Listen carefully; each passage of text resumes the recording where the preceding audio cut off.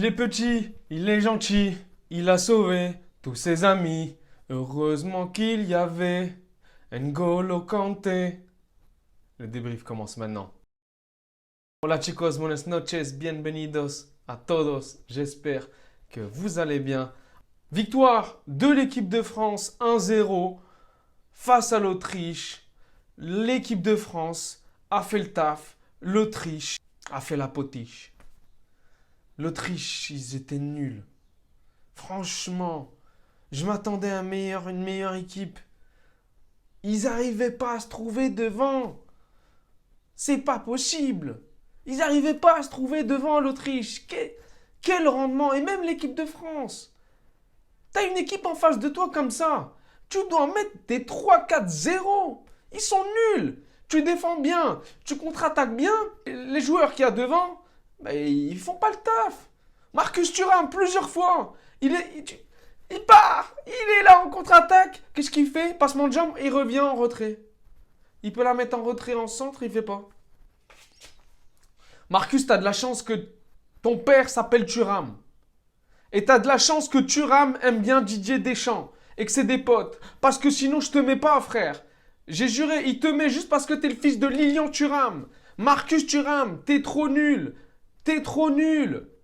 La vérité, Marcus Thuram, le rendement aujourd'hui, c'était gaze. C'était merguez. C'était nul, la vérité. Et quand tu regardes les contre-attaques qu'il y avait des fois, Marcus Thuram, les ballons de centre qu'il pouvait avoir, il a eu deux frappes, une sur le gardien, je crois, et une autre ratée. Enfin, la France, pourquoi? N'Golo Kanté, hein. Vous avez de la chance, hein, je vous le dis, moi, parce que des fois, sur les quelques contre-attaques qu'ils ont eu l'Autriche, heureusement qu'N'Golo Kanté y était là, il perd la balle, il la récupère, il la perd pas, il la récupère, il joue, il la récupère, tout le temps, il la récupère. C'est un récupérateur. C'est le moteur du milieu de terrain et de l'équipe de France. Ce qui a manqué pendant... Mais pourquoi il n'a pas pris toutes ces années? Pourquoi il n'a pas pris les derniers matchs d'équipe de France? Moi, je comprends pas pourquoi il n'a pas pris N'Golo Kanté. N'Golo Kanté, il joue en Arabie Saoudite. Les gars, quand vous voyez les autres joueurs qui jouent en Arabie Saoudite, vous les voyez jouer à l'Euro là, j'en ai vu quelques-uns. Ils sont nuls, ils sont gaze, ils sont nuls. Ah, ils sont merguez. Mais là, N'Golo Kanté, le mec, on dirait il est jamais parti. C'est-à-dire, on dirait il a toujours été là. Franchement, je suis obligé d'encenser N'Golo Kanté, homme du match pour moi. Parce que le but de la France, c'est à cause d'un vieux défenseur autrichien numéro 2. Je ne sais pas d'où il sort, mais il est trop nul. La vérité, c'est quoi cette dinguerie là? Comment il s'appelle Vauber? Il joue à Mönchengladbach.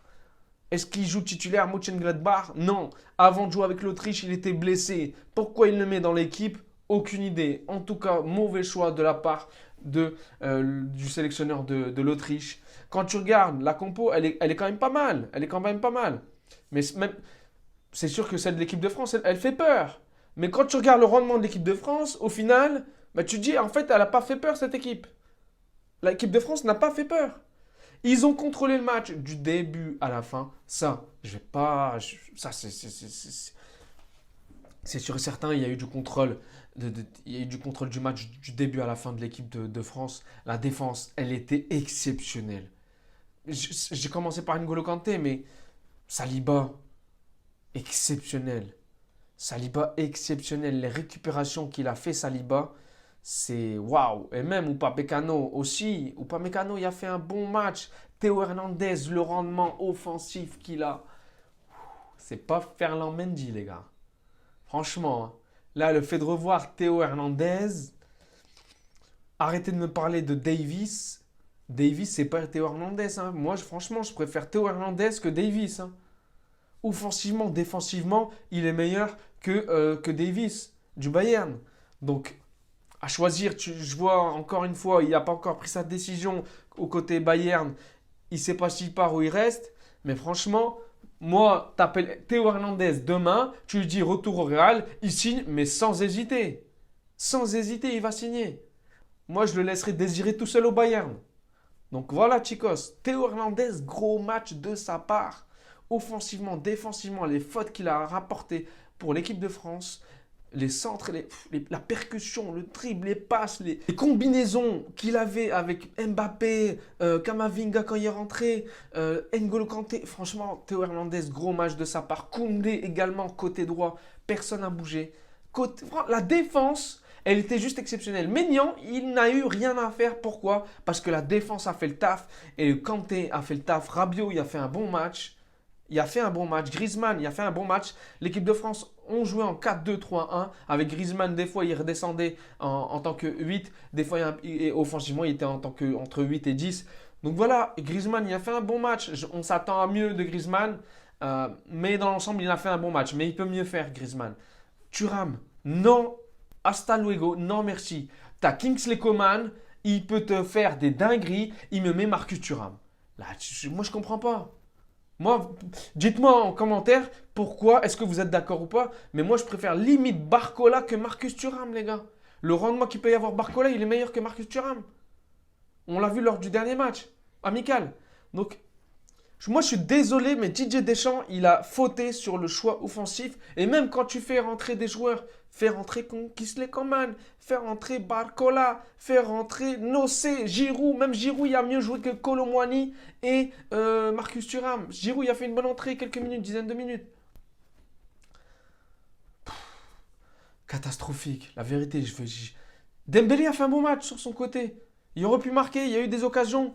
Mais l'équipe de France, ils ont manqué de combinaison, offensivement parlant. La France, ils auraient pu mieux faire. Et moi, je m'attendais à mieux de l'équipe de France. Mbappé, il rate tout seul, face à face. Comment tu peux rater ça, Kylian? Comment tu peux rater ça, Kylian? T'as signé au Real, tu nous rates ça, tu nous tapes déjà la honte alors que t'es même pas au Real. Non, Kylian. Normalement, tu commences premier match avec l'équipe de France, premier but. Mais non, il sort sur blessure, le nez cassé. On ne sait même pas s'il va jouer le deuxième match. Ils étaient agressifs. Hein. Ouh, l'Autriche. L'Autriche, c'était du... C'était agressif. C'était agressif. La fin de match, elle était saignante. Ils ont fait le taf, l'équipe de France, défensivement. C'est ce qui les a sauvés. Le but contre son camp. Donc, sur le centre de Mbappé, qu'est-ce que vous voulez que je vous dise? La chatte à Dédé. Je sais pas. En tout cas, la chance à Dédé a souri ce soir. Encore une fois, malgré l'apport offensif qui a manqué pour moi à cause des choix qui a pu faire Didier Deschamps avec Marcus Thuram ou l'entrée de Kolo Muani. Et offensivement, Griezmann, il n'a pas beaucoup apporté comme il a apporté auparavant. Donc je ne sais pas pourquoi il n'a pas fait un match aussi. Moi, Griezmann, je lui donne un 5,5, allez 6. 6 sur 10 Griezmann et on s'attend à un 8 pour Griezmann. 7,5, 8. Mais ce n'était pas le cas ce soir. En tout cas, Chicos, la France commence avec un 1-0. Ils auraient pu claquer 2 voire 3-0. Ils n'ont pas fait. Ils ont fait le taf défensivement. Clean sheet mérité. On attend le prochain match. Premier test réussi pour l'équipe de France de Didier Deschamps. Mbappé, on ne sait pas s'il va jouer. Mais dans tous les cas, quand tu regardes, ils ont fait le taf. Côté match de cet après-midi et à 18h, la Belgique, je l'ai dit dans ma vidéo pronostic, la Belgique, ils ont floppé. Ils ont floppé, c'était sûr. C'était sûr. Moi, je voyais un match nul. Malheureusement, il y a eu une égalisation, mais à cause d'une faute de main de Openda, but, main, pas main. Il y a eu but normalement de Lukaku juste après, ça a été annulé. Finalement, défaite 1-0 face à la Slovaquie. La Belgique, ils sont dans le dur. Pourquoi? Parce que la Roumanie, ils ont fait le taf. La Roumanie, on dirait c'était le Brésil 98. La vérité, c'était du high level. La Roumanie, ils ont trop bien joué. J'ai vu un peu quelques actions. J'ai pas vu tout le match complètement, mais j'ai pu percevoir quelques actions. C'était incroyable, la Roumanie. Ils ont fait le taf face à l'Ukraine. Lunin, il a capoté le premier but de la Roumanie. C'est de sa faute, mauvais dégagement. Donc, côté joueurs de Real Madrid, ceux qui ont floppé pour l'instant, c'est l'Ukraine de Lunin et la Croatie de Modric. Donc, Lunin, attention à toi. Il s'est excusé après le match, mais tu ne dois pas faire ça. Il a lancé la Roumanie, défaite 3-0. Modric et les autres joueurs de l'Ukraine, ils n'ont pas fait le taf. Et défensivement, la Roumanie, ils ont géré. La Belgique, flop. Hein. Soit la Belgique, soit l'Italie, le flop. Je l'avais dit, pour moi, la Belgique, c'était pas sûr qu'il passait. Et quand tu vois l'entrée de la Roumanie, Bon courage aux Belges. En tout cas, j'espère que vous avez kiffé. N'hésitez pas à me donner votre avis, à liker, à partager. Merci pour le soutien. N'hésitez pas. On se voit demain pour Portugal, République tchèque. Ciao, ciao.